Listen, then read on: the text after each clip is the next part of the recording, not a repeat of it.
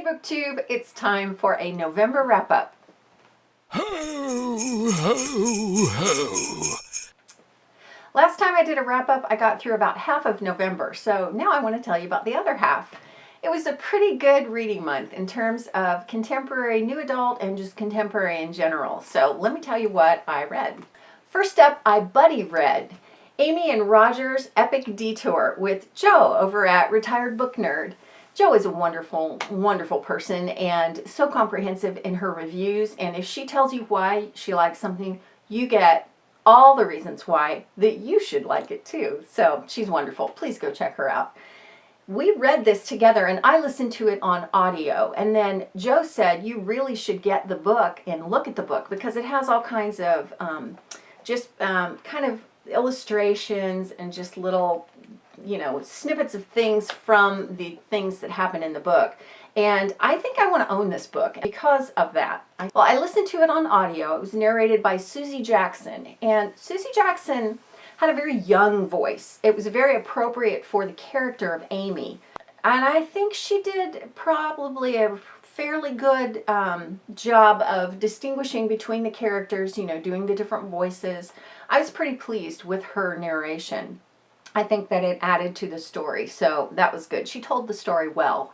The story is not what you think. You think it's just going to be this fun little road trip, and it's really not. It's kind of a coming-of-age story, and Amy, her dad has recently died, and so it becomes the story of her coming to grips with that and her role in that, and he dies in a car accident, and she's the one driving the car. It's not her fault. She gets hit by another car, but coming to grips with the guilt that she feels and the loss and the grief and all of that. And then Roger's got his own things he's dealing with.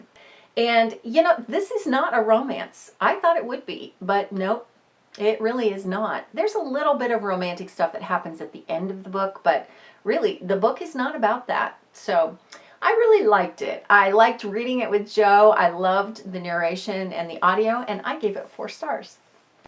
The Ocean at the End of the Lane by Neil Gaiman, narrated by Neil Gaiman. I wondered what all the fuss was about because I've heard about this book for forever, and I just thought, I really need to get to that. So I did. I read it. And there is something to be said for a narrator narrating his own book. I think it was excellent. I really liked it. I don't know that he's the best narrator, but he knew the story intrinsically. So that made a big difference in the telling of the story. You actually heard the author tell the story, which I thought was kind of cool. This book was amazing. When I finished it, I really just didn't have any words. I thought it's magical, it's insightful, it's interesting. It's about a man who comes back to his childhood home and begins to remember some things that happened in his childhood. And I thought it was more of like a mystery, and it's not. It's very magical. It's got that wonderful supernatural kind of paranormal element to it. And it's like a fairy tale, which shouldn't have surprised me with Neil Gaiman. I really loved it, and I gave it 5 stars. Now let me tell you about some of the new adult that I read. I read Undeclared by Frederick. This is book 1 in the Woodlands series, and it was narrated on audio from 2 points of view by Kelly-Eiding and Andrew Elden. Really liked both the narrations. Kelly-Eiding is a new and up-and-coming narrator, and I've noticed that she's done a lot of the books that I've gotten for free on Amazon for Kindle, and then, WhisperSync links up and she's done the narration. So it's a lot of self-published authors and lesser-known books. And I really liked that. I liked her voice. I think she's not as good as she's going to be, but she's very good. So I really enjoyed her, and then I really also enjoyed Andrew Elden. He was really, really good too. This is about Grace and Noah. Grace is a freshman in high school, and Noah is a Marine when they start corresponding. It's part of a class project, and so they have this correspondence that happens over about 3 years. And then Noah comes back home, and he really just cuts off all communication with Grace. So she doesn't know what to think. She feels like a silly idiot girl that, imagined all this stuff between them, and it was all nothing, and, anyway. he ends up showing up at the college where she's going to school. And so then they have to begin to work out this relationship. And is it going to work? And how has it changed? And Noah has some really good reasons for why he wanted to back away from that and not be in contact with her when he wasn't. But anyway, suffices to say it's a very sweet romance. It's well done. She's very indecisive, but she, over the course of the book, gains confidence. It's nice to see Grace grow as a character, so I really liked it. I'm looking forward to the other books in this series, the upcoming. I'm not sure if any more of them are out. If they are, I'll put it right here, but anyway, I gave that one 4 stars. Echoes of Scotland Street. This is book 5 in the On Dublin Street series by Samantha Young. This was narrated by Elle Newlands, and Elle Newlands has done a few of the other On Dublin Street books, and she's fantastic. She's just fantastic. I just love her.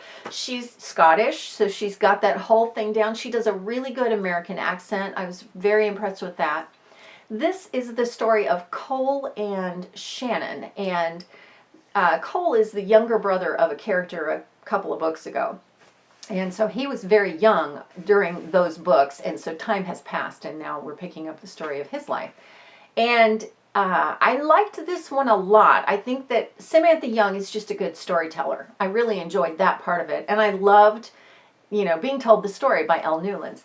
What I didn't love is the character of Shannon. She was kind of a brainless airhead. I mean, I don't mean to say that she wasn't smart. She was a smart person, but people were telling her things that were clearly obvious, and she couldn't believe it. She couldn't get it through her head, and she kept like, how many times do you have to be told these things before you see that this is true? I was driving at one point, and I remember shouting at the stereo, shouting at my iPod and going, "You've got to be kidding me! Like, how stupid is this girl?" So anyway, I gave this one 3.5 stars, but I rounded it up to 4 because I think there's something to be said about an author who writes books and they're consistently good. So just because I didn't like this character over much didn't mean I didn't like the book. Then I picked up a couple of novellas from that series, the On Dublin Street series, that I just hadn't read. The first one was Castle Hill, which is on Dublin Street 2.5. And this was narrated by Paula Costello, who has also done some of the other books. She was excellent, great narrator, just, right up there with all of the really good ones. In this one, Braden and Joss, from the very first book, they get married. So it's just basically the short story and their interaction. I gave it 4 stars because it's part of a series that I love. I also read an On Dublin Street Christmas. And this is book 1.1 in the series. It can be read online, and I'll link where that is below. I read it as an ebook, obviously. And, once again, it's just a little bit of a continuation, a little snippet of a part of the book that probably just got edited out of Braden and Joss at Christmas. So, yeah, once again, 4 stars. And lastly, I read a novella written by Colleen Hoover that is a continuation of her book Maybe Someday, which is right here. It was book 1.5 in, I don't know, maybe this is going to turn into a series. She pretty much writes standalones or duologies, so I don't anticipate this continuing on and being a series, but the novella is called Maybe Not, and again, it's book 1.5. It picks up a couple of the side characters from this book. I listened to it on audio, which is interesting because novellas don't normally get put on audio. So thank you, Colleen Hoover, and Atria, I think, is the publisher, who put this stuff on audio because I love it. And Jason Carpenter narrated spectacularly. I don't know if he's just a good narrator or he just was good in this particular book, but oh my gosh, he was good. And this book is hysterically funny. It's so funny. These characters are, well, it's Warren and Bridget is very angry and standoffish, and she doesn't have anything to say to anybody. She hates her job, she hates her life, she hates people, and Warren will not be daunted by this challenge of Bridget, and so they have a very, very strong chemistry going on, and so he's just a guy's guy. And I laughed so much during this book. I laughed and laughed and laughed. So I gave that one 5 stars for entertainment value alone. So that's it for all the contemporary and new adult I read in November. If you've read any of these books, please let me know because I'd love to know your thoughts on them. And that's it for now from me. I will see you next time. Thanks for watching.